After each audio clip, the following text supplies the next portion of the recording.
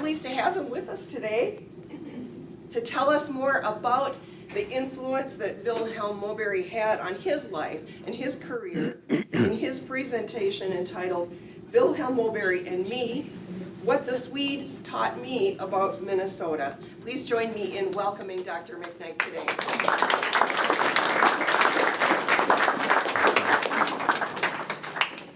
Well, I'm very privileged to be here today to see so many people also in attendance.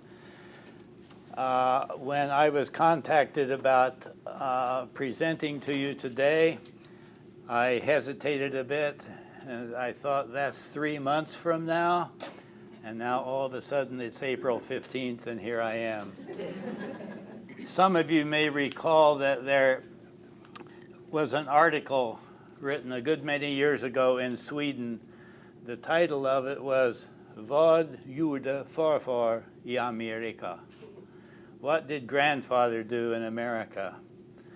And the organizers here wanted me to talk about what did Roger do in Sweden? Well, the answer to that question in broad brushstrokes is I spent 1 year teaching English in far northern Lapland. I spent 1 year working as an orderly in a Swedish mental hospital, and I also spent a lot of time struggling to learn as much as I could about Sweden, which is not part of my bloodline. And I thought that you should understand some of this. So I was asked to talk today about what Vilhelm Moberg learned about Sweden, what Vilhelm Moberg learned about America, and I was asked to talk about what Moberg taught me about America and Minnesota. So I decided to present this along 2 lines of thought. One is, who am I? Little me. That's a dumb joke. Who am I? And what do I know about Minnesota and Sweden? And who was Vilhelm Moberg, and what were his impressions of America and Minnesota? And try to draw a few conclusions. I want this to be as informal as possible. So if I bring up anything that's questionable or boring and you want to change the topic or ask a question, feel free to do so. I have voluminous notes here consisting of 1 page. So if you think this is a structured lecture, you probably came to the wrong place. But I do have some things I'm going to try to say. I wanted to start this out. I thought a good deal about how to approach this. And the first thing that came to mind, in the end, if you can follow my line of thought, was what happened about 4 years ago. The Swedish American Genealogical Society of Minnesota asked me to come to one of their meetings, pretty much like this one, and talk about a topic that interested me. And it never happened.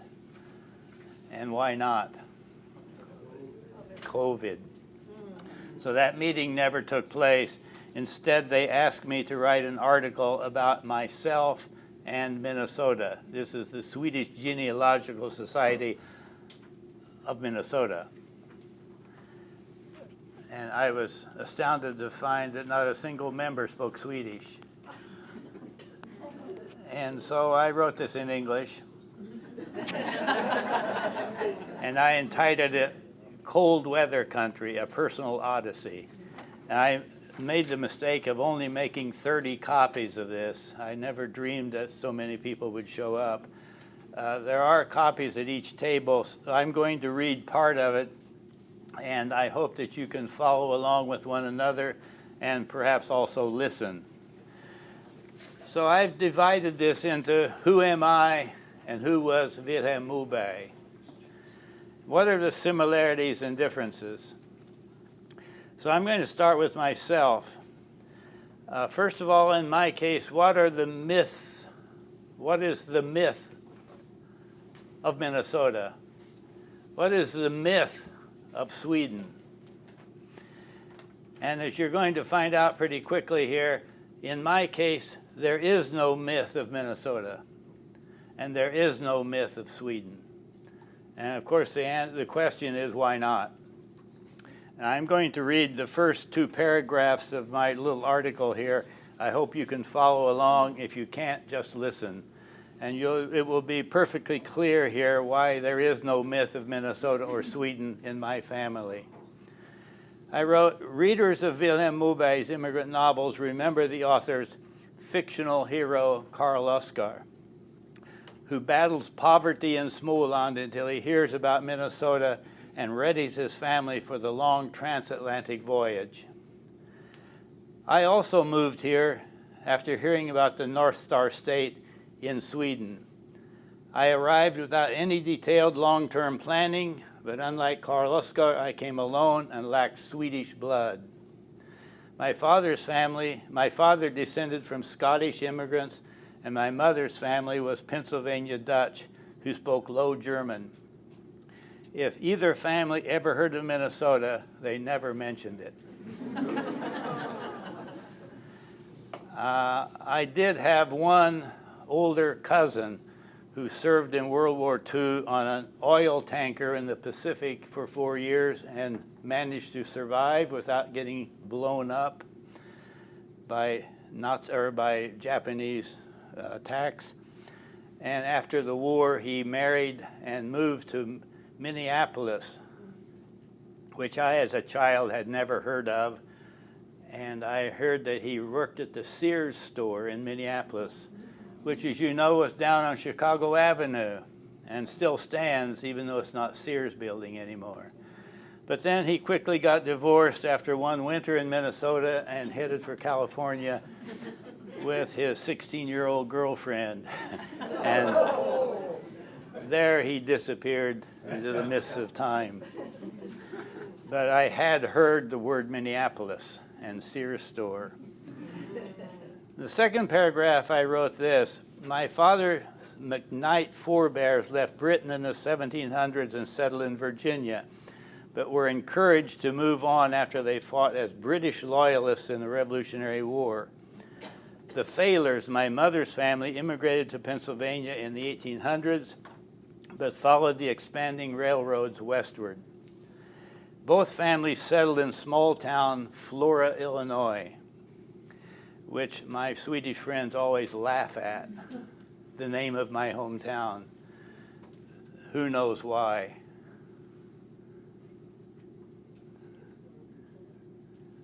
You don't know? There sits Barb Strömgren. No, well, Flora is the name of a popular margarine, oleomargarine in Sweden. Okay. But people in Sweden would always ask me, where are you from in America? And I say, well, a little place called Flora, Illinois. Flora, that's oleomargarine. And sort of scratch their head. But I said, that's where I grew up. It's located 250 to 300 miles south of Chicago. It's a rural area known as Little Egypt. Does anybody know what Little Egypt is? Well, you all know the southernmost town in Illinois is Cairo. And Cairo is surrounded by little villages called Karnak and Luxor and Thebes. And why in the world would this small rural area in deep southern Illinois bordering Kentucky be called Little Egypt? Well, it's the confluence of the Ohio and Mississippi rivers. And the story was that in the past, Chicago area was suffering famine, and the Chicago people had to come all the way down to Cairo, Illinois, to get grain, as in the Old Testament biblical story.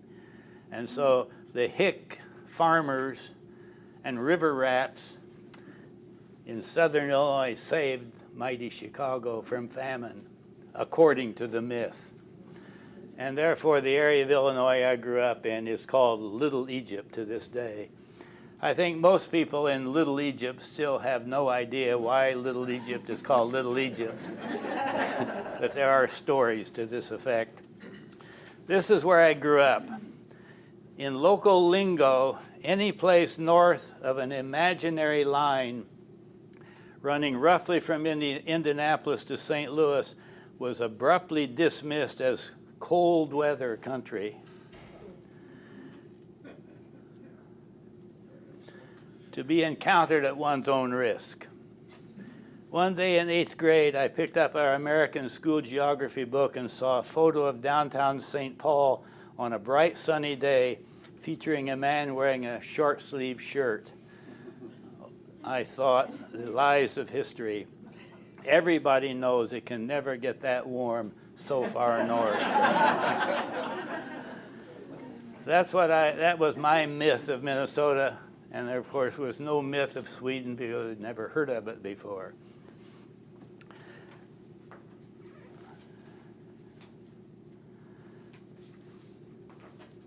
Then we get to Vilhelm Moberg. Who was Vilhelm Moberg? There is a method to my madness. I am driving us some things here. Vilhelm Moberg was born in the year 1898, exactly, and died in the year 1972. He once wrote, he had spent his entire life as a journalist and a writer with great success. But he also wrote at one time, when I can no longer work, I can no longer live. And one day, summer day, he and his wife were at their summer cottage in rural Sweden, north of Stockholm. He went out to take his daily swim in the lake nearby. When he didn't come home, his wife called the police, and they found his body in the lake. His death was described as an accidental drowning. But I think most people in the know realize that he was right. He no longer could work. He was getting older. He was getting sicker. And so he probably took his life in the end. Between 1898 and 1972, he did an immense amount of good work and experienced a lot. And in his case, there was a myth of America. But in his case, there was also the reality of Sweden. Let me stop and ask, we can discuss this a little bit. In Vilhelm Moberg's case, what was the reality of Sweden?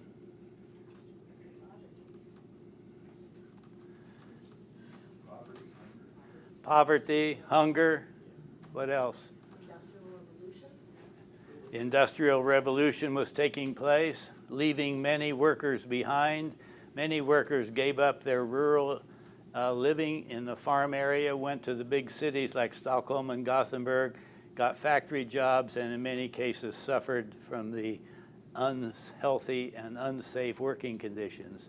So there was poverty if you were on the farm, there was poverty and hard work if you were in the city. What other realities did he grow up with? Religious restriction. Pardon me? Religious. Yeah, religious persecution. Class system. Pardon me? Class. The class system, right. Not so much unlike modern America, I always told my students. In Vilhelm Moberg's time, about 90% of Sweden's wealth was owned by about 4% of the population. And it's interesting to see that in many parts of the world that still hasn't changed, but it was even worse in Moberg's time because there was no democratic government. And he grew up with this reality of, as a Spanish, when I was in South America, I asked a fellow from Peru, are there many rich people in Peru? He said,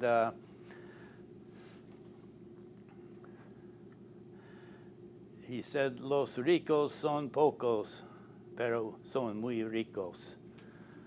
The rich are very few, but they're very rich. And I think this was the reality that Moberg grew up in. He came from a very poor family, living in the deep, dark forests of Småland. And Småland was known even in those days as darkest Småland. Deep, dark forests were deep and dark, and also the lack of education, the lack of financial gain, the lack of wealth was also extremely dark. There was very little to see as for a future. Moberg grew up, as he described it, as having a hunger or a thirst for knowledge. As a boy, he clipped out newspaper articles and memorized them. He was thirst and hunger for reading, which developed later on in life to a thirst and a hunger for writing, and he succeeded in all of those things. What was the myth of America? In my case, there was no myth of Sweden, but Moberg had a myth of America. What was it? Land of plenty. Land of plenty. Where did that idea come from? Manifest destiny. Yeah, that's what Americans were teaching. Where did Moberg get ideas of manifest destiny? He was a reader. He was a reader. And what did he read? Among other things. I know I'm fishing for things, but who would have written to him? Relatives. Yeah. He had relatives. He had relatives who immigrated to America, and they sent letters back to Sweden. And he writes of getting these long American white envelopes with letters, praising America, saying how rich all of them had become in America. Oftentimes that was a lie. As you know, in the immigrant novels, the immigrants get to Minnesota and they find some of these guys who've been writing about their riches are actually drunks. They didn't dare tell the truth to the people back home. So Moberg grew up with this myth of America, as he said, America meant mer rika, more rich. As you know, America, M-E-R is more, R-I-C-A can be rich. America bar, more rich, mer rika. So he grew up with those ideas. Switching back to myself, if I follow this parallel, I had no myth of Sweden. How did I get one, or start getting one? And I'm going to read a little bit more about what I wrote in this Cold Weather Country article. It will help you understand. I wrote that was the first I heard of Minnesota. Eventually, I emerged from Southern Illinois University with degrees in English, and then at my own risk, I headed north, though my dream was really to live in Europe. For 3 years, I taught English in a high school near Chicago. One fateful weekend in 1964, I visited a German-American college friend and found him filling out applications for Fulbright study in Germany. He flung a few application sheets my way and said, "Here, you should apply for something too." And there I was holding his papers. I should add that this guy was a native speaker of German. He was bilingual. He was applying for a Fulbright grant to go to Germany to study the poet Goethe, which would be a slam dunk. He was a German citizen, bilingual, American citizen also, spoke German, had degrees in German. He was a cinch to get it. So I read those papers. Sweden, I saw, wanted a young person who could travel. That's me, I thought. I'm ready. So I completed the papers to the Fulbright folks in D.C. and waited. Fulbright eventually accepted me, but it took time. First, they asked if I'd take Iceland instead. Well, not bad. Halldór Laxness won the Nobel Prize in Literature from Iceland. But how about Greece, they said. Why Greece? I don't know Greek. Even better, next the Fulbright boss called me to ask for an interview in Chicago, during which a government delegate and I mainly talked in general terms about racial discrimination in southern Illinois, or Little Egypt, a controversial civil rights topic. I wondered why that conversation had taken place. In April, Fulbright finally informed me I'd been chosen for Sweden. I still had no idea why. But I did know my German friend, they refused him to go to Germany to study Goethe. And they chose me to go to Sweden. It's probably the strange workings of history or strange workings of the human mind, I don't know. As I was to learn, a reason existed for the careful selection process. The American Fulbright teacher in Sweden the year before, 1963-64, you remember the election of 1964, presidential election, was between Lyndon Johnson and Barry Goldwater.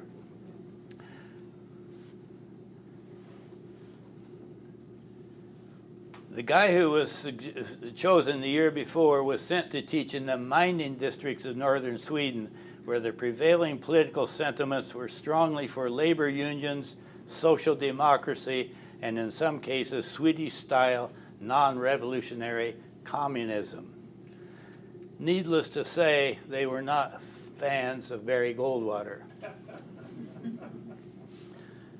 The previous American Fulbright teacher had been an outspoken, apparently aggressive Barry Goldwater supporter, and discussions between him and some Swedes became uncomfortably confrontational. As for the Fulbright officials, they hoped to find someone for my year, 65, 66, calm enough to keep his temper. Me, I wanted to see the world and just learn about it. And so they chose me. Maybe I was the only one who applied. I don't know. And so I received a ticket from Stockholm and went to New York to board Kungsholmen. And I don't know if anybody here ever gone or sailed on the Swedish-America line? It's mainly defunct nowadays. The Swedish-American line was a passenger ship company mainly between Gothenburg and New York City. They had two major ships, the Kungsholmen and the Gripsholmen. And I got this ticket and I sailed to Sweden, not really knowing. I'm not certain I even knew where I was going or cared. I just wanted to go somewhere and to get out of Flora, Illinois, if nothing else. So I took the train to New York City, holed up in a YMCA for a couple of nights, and one morning I got out of bed in this YMCA hotel, took a taxi down to the pier. There was this huge ship, gave them my ticket, got on, and sailed off to Sweden. And I don't know what was going on in my mind. I was in my 20s still. I remember a lot of things about that trip. It took us 10 days to cross the North Atlantic on a beautiful July week, 10 days, a 10-day week. I was mainly seasick, throwing up in the dining table. It was a horrible thing. But I learned a few things as a landlubber. I remember there was one older gentleman on the boat. He was constantly telling everybody, he had this he spoke English to everybody with a strange accent. He was constantly telling everybody, I am from Denmark, but I live in Atlanta, Georgia. And everybody knew he was living in Atlanta, Georgia. Why that stuck in my mind, I have no idea. There was another guy in my cabin. He was a Swede. he also spoke English to everybody. And he made it clear to everybody that he had been in Los Angeles. And he had this really strong Swedish accent, which I went around afterwards imitating to everybody. I knew this guy who lived 5 years in Los Angeles, and he had this wonderful Swedish accent, and people would say, one thing he always said, "I don't think so." And they would say, "Well, that's not Swedish." And it sort of dawned on me gradually that this guy had lived in Los Angeles 5 years, and he had learned English by playing soccer with Mexicans. So when he said, I don't think so, that was perfectly good Mexican English, I guess. But I eventually got off that ship and made it to Gothenburg, and I started my adventure in Sweden. And I'm going to read one more paragraph here. It says, the culture shocks of that year, 65, 66, were many. Traveling constantly, learning Swedish, studying Swedish culture, trying, often in vain, to make friends with Swedes. It was very difficult in northern Sweden. I met several students from Stockholm who were studying up there, and one of them took me aside one day and he said, "We know it's difficult for you finding friends up here in the north, but it's just as difficult for us. Stockholmers are considered foreigners the same as you are." So it was hard to come to terms with that and to figure out what was going on. But I wrote here also that it was difficult to learn firsthand that minus 40 is the same temperature in both Celsius and Fahrenheit. And the Fulbright office sent me to far northern Sweden. I lived in Umeå but traveled all over Lapland. And I was going out there thinking, this is really weird. I traveled with a German fellow. We traveled by car visiting schools all over northern Sweden. And we drove through the snow desert of northern Sweden, where the snow would freeze to the tree trunks. It was almost impossible to break it off. And there were telephone lines. And as we drove along, there would every once in a while 30, 40 below zero, some old guy going on a bicycle with a long pole, hacking. I said, what in the world is this guy doing? Do you know what he was doing? He was knocking ice off the telephone lines, exactly, at 30, 40 below zero. Incredible thing. It was culture shock. I remember that the first week in September, we started driving northwards to visit schools, and it was already snowing and freezing in September. And I thought, well, this is winter. And the snow finally melted the second week in May, which wasn't so bad now that I think about this year, because this is the second week in April, so we're not far off schedule here. But I also had a room in Umeå in a dormitory. As you probably know, dormitories in Sweden, you never have roommates, at least not officially. Every student has his or her own room in the dorm. But nobody ever talked to me. I think they were kind of shy because I was from a foreign country or something like that. But I lived in this room when I was there, and the garbage bags kept getting bigger. Food scraps, dirty underwear, or whatever it was. I said, what am I going to do with this stuff?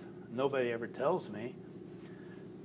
And every once in a while I'd walk down the hall and there'd be a round circle here, a handle, and open it and look down. There was just this gap going all the way down.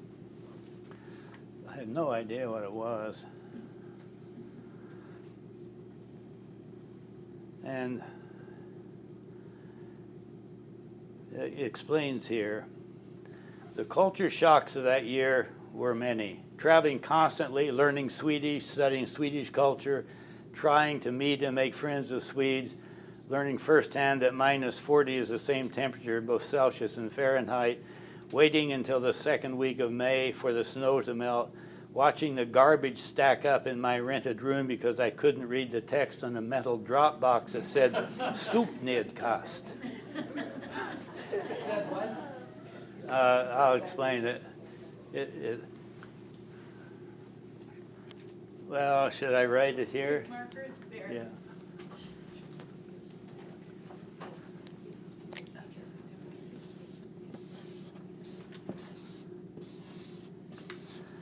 If you can see this, there's the first of the word "supur," which means garbage, literally garbages. Ned means down. And kast is the same in English. Kast means to throw. A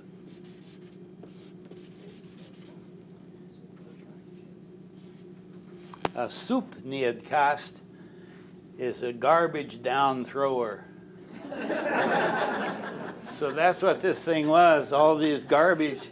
And I kept getting notices. Every week there would be a nasty note in Swedish from the cleaning ladies saying every resident here is absolutely required to clean up their room. I said, yeah, I agree. What do I do with it? So you open this and you throw it all down that hole and it's gone.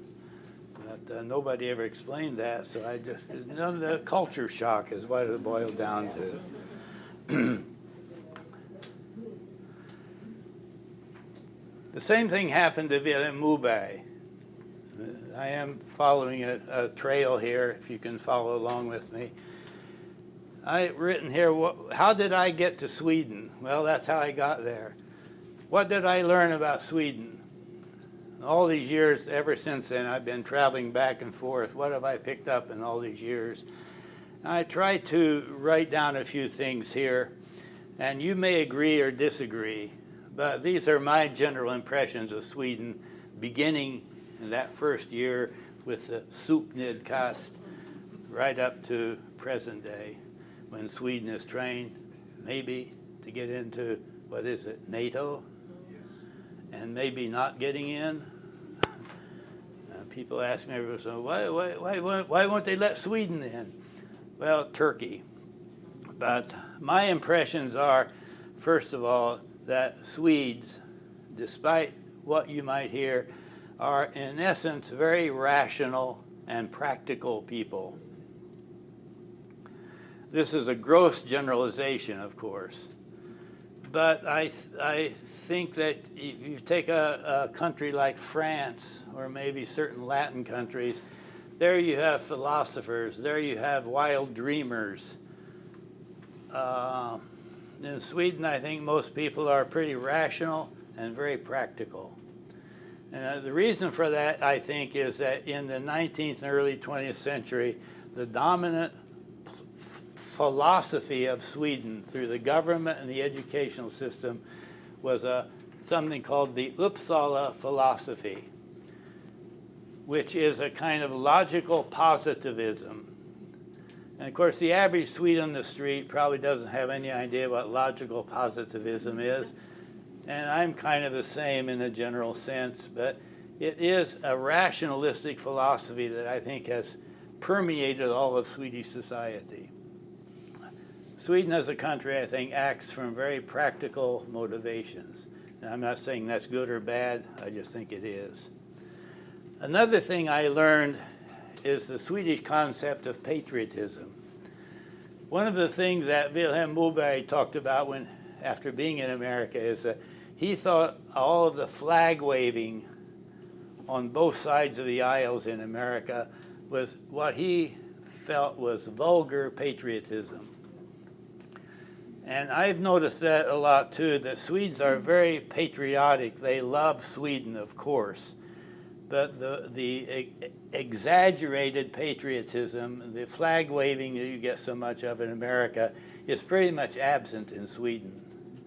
And if you listen to a political debate in Swedish, in Sweden, watch it on TV, you see that all sides can carry on a calm and sensible discussion, even if they don't all disagree, and oftentimes disagree, but not violently. A third thing that I learned from the first time I went there, I won't say I learned this, probably still don't understand it, but it made an impression on me, and that is women. That's only partly a joke. I was a young guy in my 20s, and one of the first things I noticed traveling around Sweden is that I hesitate to say this because somebody will say I'm a sexist pig or something. I don't know. I just mean, as a young guy in his 20s, I started noticing that it was summertime, and all the young women had calf muscles in their legs. And, you know, in the 50s and 60s, when I was a kid, girls never did sports. They might be cheerleaders or something, but it was the boys who did all the sports. They were the muscle guys. But I started noticing in Sweden, these women were in such fantastic physical conditioning. Why? Because they bicycled everywhere. Because they actually were out playing soccer and sports. So it seemed to me that women were much more emancipated somehow in Sweden. I use that term very vaguely, but there was more equality between the sexes, I felt, in those days in Sweden than in America. And maybe that's evened out more nowadays, but I think it was something worth noticing. There are 2 or 3 other things I'd like to point out here. What did I learn about Sweden? Well, another one was the general Swedish rejection of American rugged individualism and the real devotion to collectivism, that we're all in it together, and the politicians are there to hopefully help the people and not alienate them. And I think no matter how long I've been in Sweden, study, the collective experience is the one that dominates the Swedish debate. Even the conservative parties and the leftist parties all believe in the group. It seemed to me also that there was a significant difference between Sweden and American society.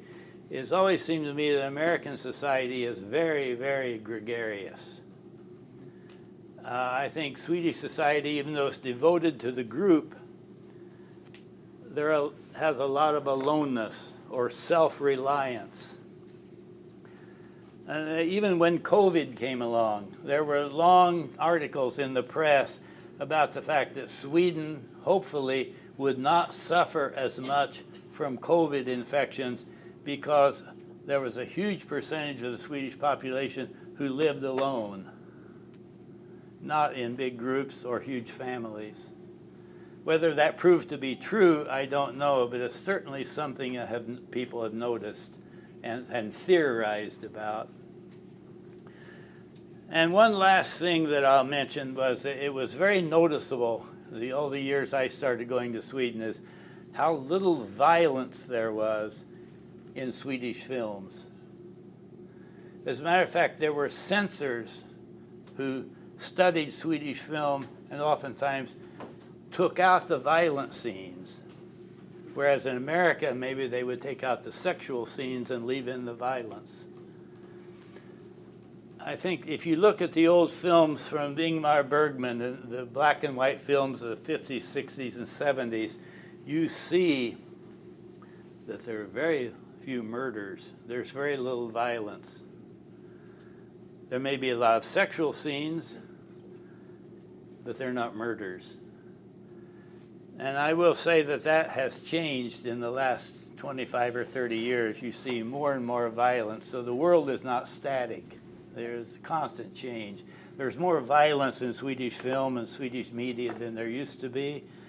And there's perhaps a little bit less of it, hopefully, in some American films. That takes us back to Vilhelm Moberg. How did he get to America? You all know, don't you? He grew up in Småland. He had relatives who went to America. They sent letters back to Sweden. He read them. He longed to go to America and become an American. And then he wanted to go to America and become a famous writer in America. For what reason?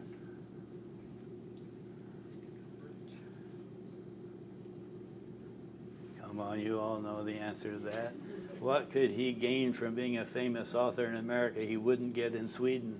He'd be rich. Money. Big New York Times bestseller list. This was his incredible dream. But remember, he was born in 1898, and by 1940, the 1940s, he was now getting into middle age. He was a famous author in Sweden. And he had one dream in mind, and that was to write the history of the greatest historical event in Swedish history, which was what? Pardon me? Immigration. Immigration to America. Nobody had ever written a major novel about this, and he wanted to do it. So after World War II, he thought, this is the time. But there were troubles. The Swedish government had put limits on the amount of money you could take out of Sweden after World War II. So what Moberg decided is that he would find a way. And so he went to his publisher in Stockholm, and they promised him if he went to America and wrote a series of articles about America, they would pay him clandestinely. I mean, I don't mean illegally, but they would find a way to get money transferred from Sweden to a New York bank to support him in his travels in America. So one day in 1948, he got a ticket to America. He and his wife and they had, I think, 4 or 5 kids. He wrote about how he went down to the Central Station in Stockholm, played his harmonica for the newspaper reporters who waved him off, got on a train to Gothenburg, and sailed to America. And what was the first thing he encountered in New York City? Middle of July.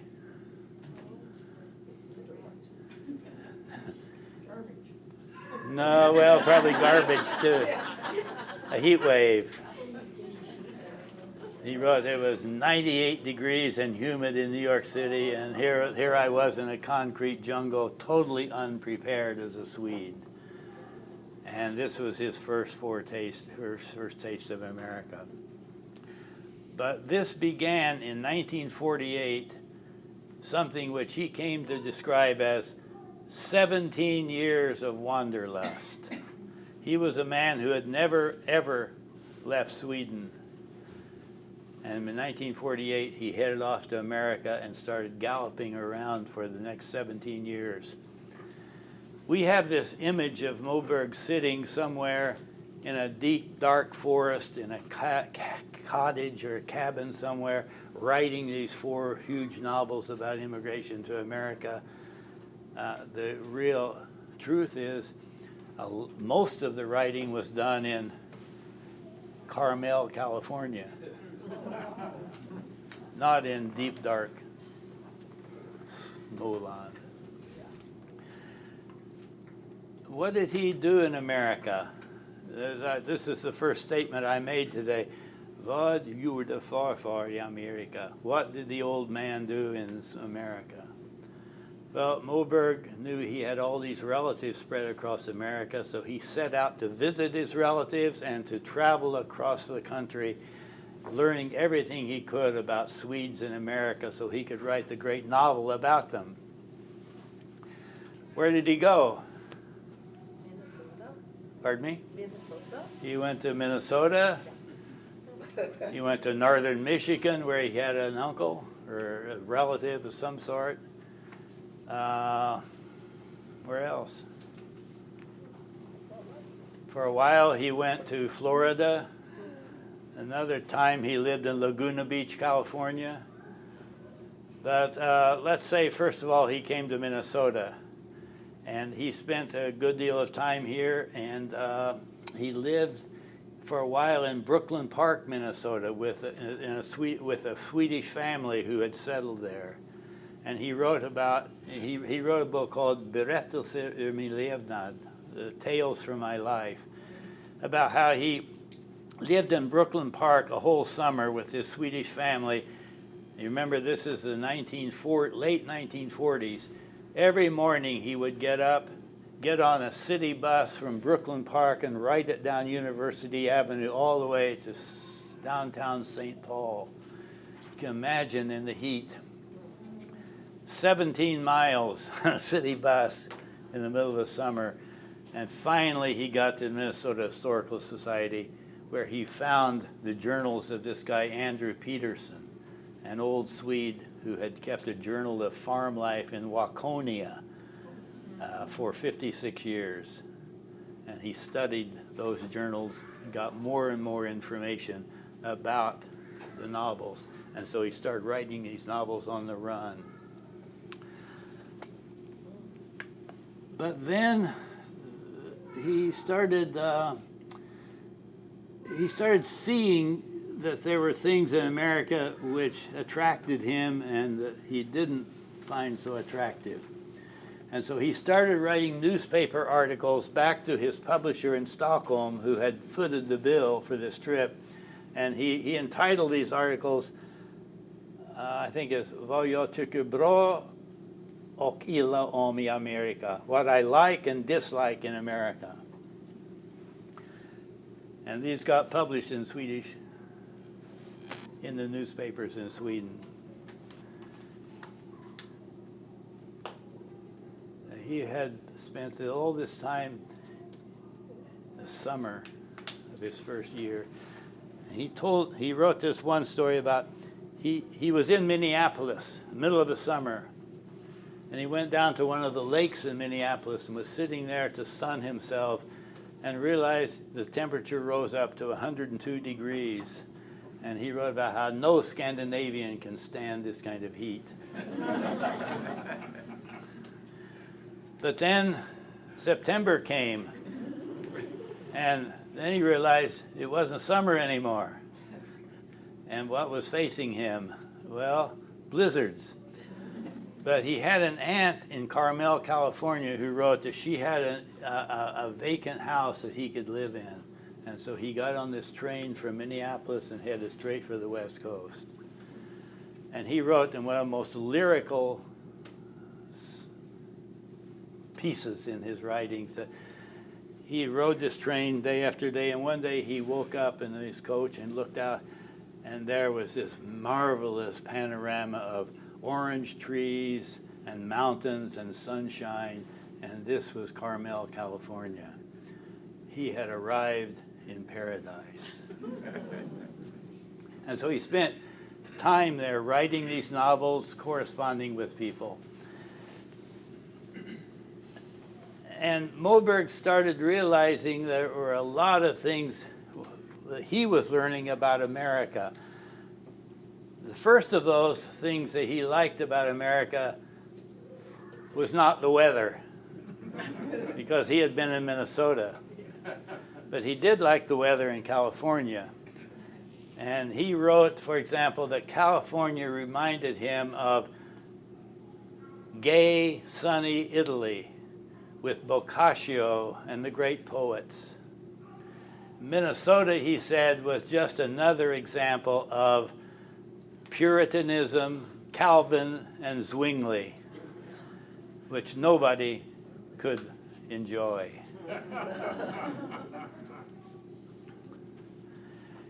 But he looked around in post-World War II America, and he saw things that he were undreamt of in Sweden.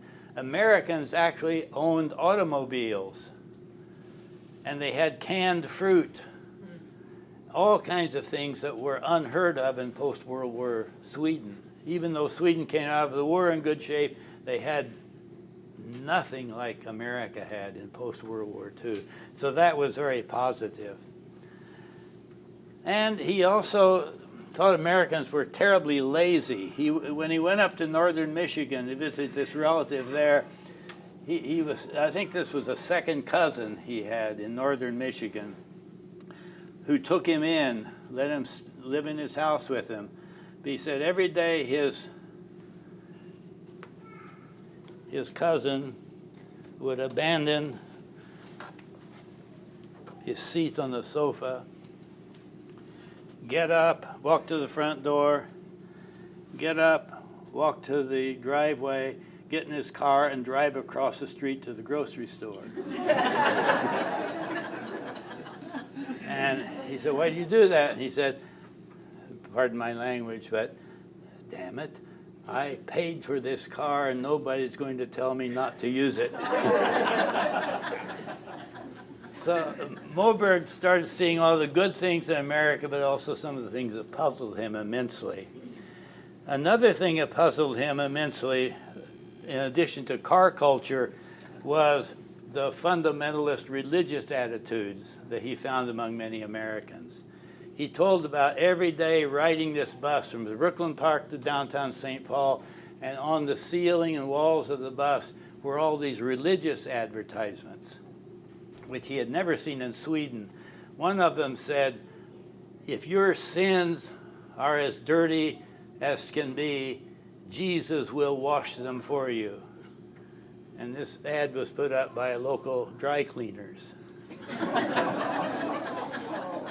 And Moberg's idea is that nobody in Sweden would mix sacred religion with such crass materialism as he is seen in America. You don't have to agree with him. I don't have to agree, but these were his observations. Another thing that Moberg came down on pretty hard in America was something that won't surprise any of us right now, and that was gun culture. Moberg's attitude was that every society, every community in America has a police force which is armed and can keep peace. Why should private citizens be allowed to carry weapons when they have an armed police force? And I'm not going to get into the debate here. If you have any comments, you're free to say them. But this bothered him immensely. Then there was his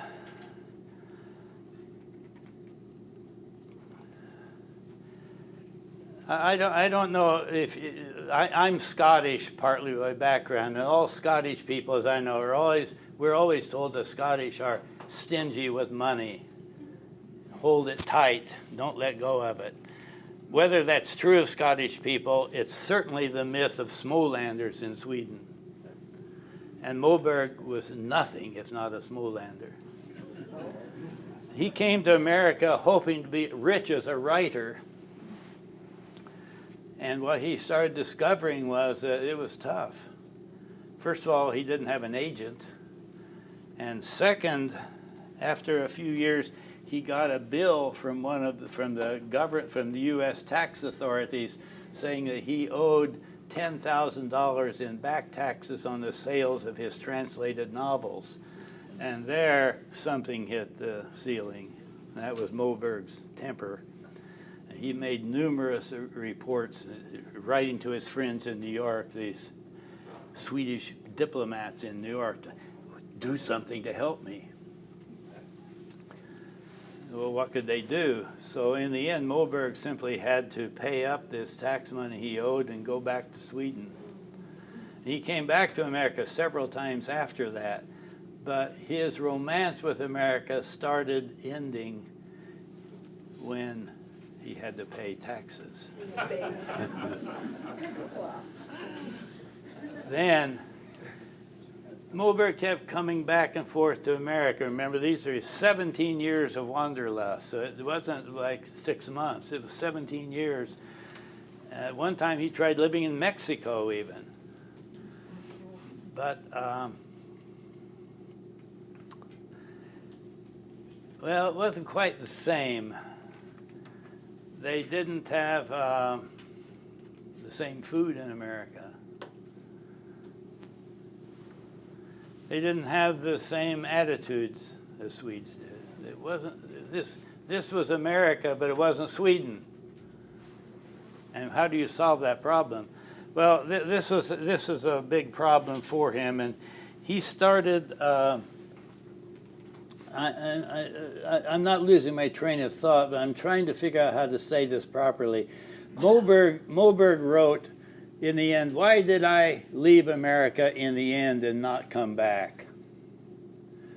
And he said, I just came to the realization that I was like an old, huge rock of unbreakable Swedish granite that could never change and never adjust.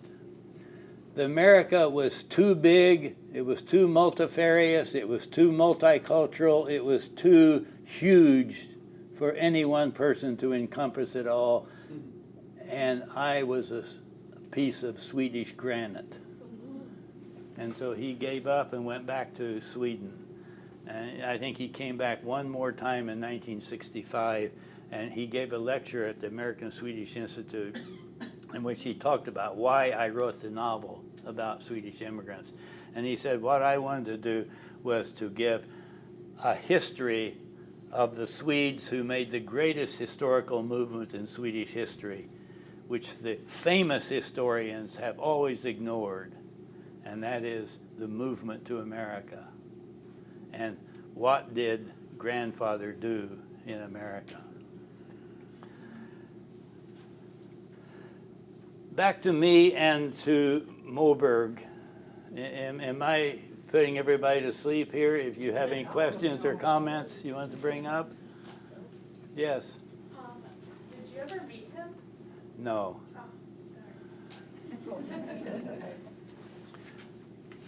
Max von Sydow, you know, the Swedish actor. He came to Gusatvus in 1996. We invited him. Max von Sydow, we had a program, it's called Out of Scandinavia, in which we invited famous Scandinavian authors or cultural persons, and we invited Max von Sydow to come one year, 1995, 96. I remember spending the entire summer going up to my office about once or twice every week, calling his agent in Los Angeles, who was tired of hearing from me. But he finally agreed, Max von Sydow, to come to Gusatvus. He spent a week there. He knew Moberg, obviously, because he starred in the films. And he gave a lecture one night in 1996, and somebody asked him the same question you did, although they asked von Sydow, not me. He said the interesting thing about Moberg was that he looked big, and he looked bushy eyebrows, he looked tough, and when he spoke, you expected thunder. But he said when he actually said something, he had a very mild, gentle voice, nothing at all like his appearance. So I think that there are a lot of myths about America. I'm talking here sort of about the realities of America and Minnesota and Sweden. But there are a lot of realities too, and the reality doesn't always match up with the myth of it. That's kind of my message here, so that's a very good question. Anything else? Yes? Do you have anecdotes about his time in Chisago Lakes, what his research here with our people? Yeah, sort of. I think this is the absolute gold mine for Moberg to come here. I mean, this is really, I mean, I don't need to explain that, I don't think, because this is where real Swedish people from Småland came and settled, and many of them are still here, at least metaphorically. I think he was disappointed, however. He was disappointed about the religious conservatism he found here. He was also disappointed about the political conservatism. Moberg was not a social democrat, but he sympathized with that movement. He wrote once, what he observed in Minnesota was that many people here prized their own personal wealth more than the welfare of the society as a whole. And I think that put him off greatly in America. Did he ever comment, I don't remember reading anything about the difference between Swedish Lutheranism, particularly the old Augustana Synod, versus the state religion in Sweden? Could you, the Lutheranism of the Augustana Synod in America, is that what Well, you're saying? My older brother, once, who was a Lutheran pastor, once explained to me that when the Swedes came here, they felt that the state church of Sweden was as corrupt as the Catholic Church had been before the Reformation. And so they called themselves Lutherans, but were really practicing what today we would consider a very conservative form of Protestant fundamentalism. Now, does that ring any bells with anything he talked about or you read? Well, it does in a certain sense, but I think you have to understand, first of all, that Moberg was not a great fan of the Swedish state, per se. He argued in some cases for the abolishment of the Swedish monarchy. He also was not happy with the aristocratic and persecutory aspects of the Swedish state church. He was not a great lover of the Swedish religious establishment. So that would say to me then that he might have picked up on those kinds of attitudes among the peasant farmers. That's very possible, yeah. I think one thing that he was put off by in America was that many of the immigrants he met in Middle America, many of the Swedish immigrants he met in Middle America were much more conservative than he felt they should have been, both in religion and politics. I don't know if I'm answering your question, but As best you can, yes. as best I can, yes. You'd probably have to ask Moberg himself. I'm not very good on theocracy or theology or religion in general. But I think Moberg was an extremely skeptical individual. He spent his entire life waging battles against authority in both religion and secular life. Was there something that started that off for him? Something particular? The injustice he saw around him Yeah. in everyday life, growing up in Småland where the poor worked hard and got nothing for it. And I think he saw that in his own treatment. For example, from a purely personal standpoint, Moberg never received the Nobel Prize for Literature. Moberg never received any major awards for honorary doctorates, for example. A lot of lesser authors in Sweden were given honorary doctorates by the Swedish government or Swedish universities. Moberg never got any of those because he spent most of his career angering the authorities. How do you think he would feel about having the king and queen at his statue in Chisago City, which they were, and dedicated Moberg Park? I think you would have accepted it with a certain ironic twist. One thing I was going to add here, and I'll kind of begin wrapping this up a little bit, is that the one thing in the end really soured Moberg's attitude towards America was the Vietnam War. He wrote voluminously in the daily press in Sweden condemning the American involvement in Vietnam, and expressed this also to Americans who asked him. So you can think that Moberg had these wild dreams of success, but he was not blind to the injustice in Sweden and America alike. And some of that was secular, some was political, and some was theological also. Anything else? Yes. You didn't say anything about his family. I'm curious about his family. What do you want to know? Well, were there children involved, or was he married? Or- Yeah, Moberg was married many years. I don't. He married his wife when he was in his 20s, I think, and they had what, 4 or 5 children. His daughters all came to Chisago City for the statue inauguration. Yeah, I know his one daughter, Eva Moberg, was very famous in Sweden as a champion of women's rights. I don't know, but the only contact I've ever had with his daughters was I wrote an article about Moberg's opinions of America, and I mentioned something about what happened with a bridal crown in the immigrant novels, which I got wrong, and I admitted that I got it wrong. One of the daughters wrote me this long letter saying, your article was absolutely wonderful, except... And then the rest of her whole letter was about the one mistake I made. So, it's okay. Somebody else would have to answer your question, but I'm certain his wife, I know his wife is now dead, and somebody said even his daughters perhaps have passed away. I'm certain that they're senior citizens if they're still alive. In Sweden? Was Yeah. it the Swedish wife? Oh yeah, his wife was Swedish. He married her when he was very young, and they had, I think they had 4 daughters and 1 son, but they all lived in Sweden.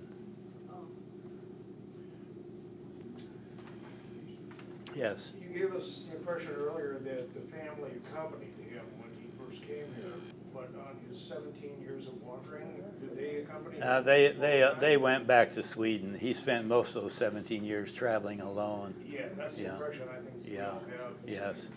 A loner. Right. No, as far as I know, nobody has ever written what was going on between him and his family during these 17 years. There was never any divorce. Maybe there was never any dissension. I simply had never read anything about it.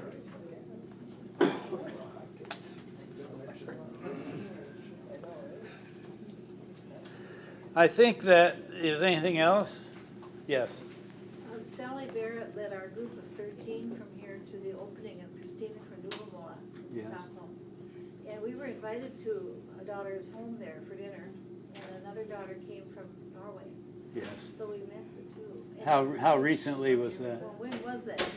I can't remember what year. Poster right over there. 97 or something? You know, even 1997, That's a while back. that's a while ago. A friend of mine I used to play doubles tennis with in the 1990s, he looked at me one day and he said, you know, our glory days were 25 years ago. Yes.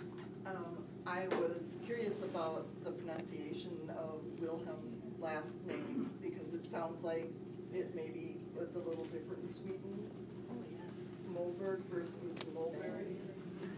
Yeah,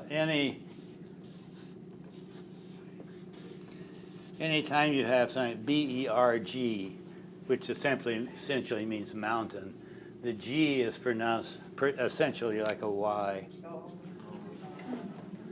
So it would be Moberg, Strindberg, Grönberg.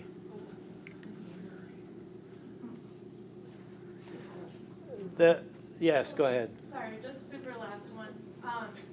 At the time, you said that the gun culture maybe seemed a bit different from Sweden to him.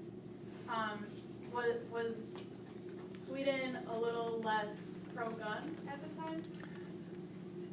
Much less. Oh, I don't know what the rules or the laws are, but to buy, does anybody know what purchasing a gun in Sweden? I think you have to go through an extensive background check. It's not impossible to buy one, but you can't do it without a certain amount of red tape. Yeah. The one thing I kind of hinted at here is if you watch Swedish film and read Swedish newspapers and so on, Yes, there is more violence now in Sweden than there were in Moberg's time on a daily basis. I remember one time, this was a good many years ago, but I was just looking at, I think it was the Svenska Dagbladet, one of the major Stockholm papers. I came to the last page, the very last page of the news section, and at the bottom there was a little article on the police had arrested a man on the street corner who had just shot and murdered 5 people. And I thought, that would be on the front page of an American paper. And the Swedes buried it at the very bottom of the last page. And that was not done accidentally. But that has changed a little bit now. You see more sensationalism than you did before. All over the world, I suppose. Yeah. The one thing I noticed from my friends in Sweden who write to me, it's hard to tell whether they're being acerbic, whether they're being cynical or whatever, but they say, you know, these shootings are all done by immigrants. Isn't hunting part of the culture, though? Oh, yeah. Oh, yeah. So But that's legal purchase of firearms. Yeah. You cannot, I'm certain it would be virtually impossible to buy a, what's called AK-15 or something in Sweden. Yeah, well, no hunter wants to put. No, exactly. I think, yeah, go ahead. I understand that the immigrants have changed things a bit in Sweden. Yeah. Do you know any more about that? Yeah, at least I have opinions. Are you going to tell us a little more? When I first went to Sweden, as I said here in the 1960s, I was on a Fulbright grant. I spent 2 whole years in Sweden. I didn't even have a residence permit. I just had a passport. They said I entered on 16th of July, 1965, and I wandered around 2 years. That's all I had. I was working, didn't even have a work permit. And that was pretty much, you know, I was an American, I spoke English, that was a plus. But then in the late 1960s, the Swedish government announced a formal, because of labor shortages in Sweden, the Swedish government announced a formal program of immigrant workers being allowed into Sweden and actually recruited. The Swedish government sent recruiters to Italy and Africa and these places to recruit mainly single men to come to Sweden to work. And then that became solidified, and then they started bringing in refugees. And in contrast to the United States, as I understand it, in contrast to the United States, a refugee coming into Sweden had to prove that his or her life would be endangered by staying in the home country. Whereas the United States position was that your life had to be in danger and you had to share our beliefs. And the Swedes weren't asking, do you share our religion or our political views?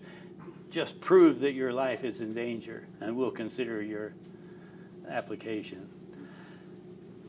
My further answer to your question is, this has all been announced and supported by the federal government in Sweden. The federal government has been very receptive to and understanding of the immigrant and refugee situation. That doesn't mean all private citizens share that view. You'll find Swedish private citizens who are 100% in support of it, others who don't, very skeptical. When Max von Sydow was here, he told me a story.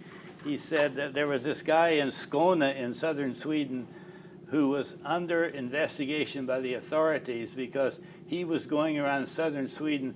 He had identified a plant that proliferated in southern Sweden, which was not native to Sweden.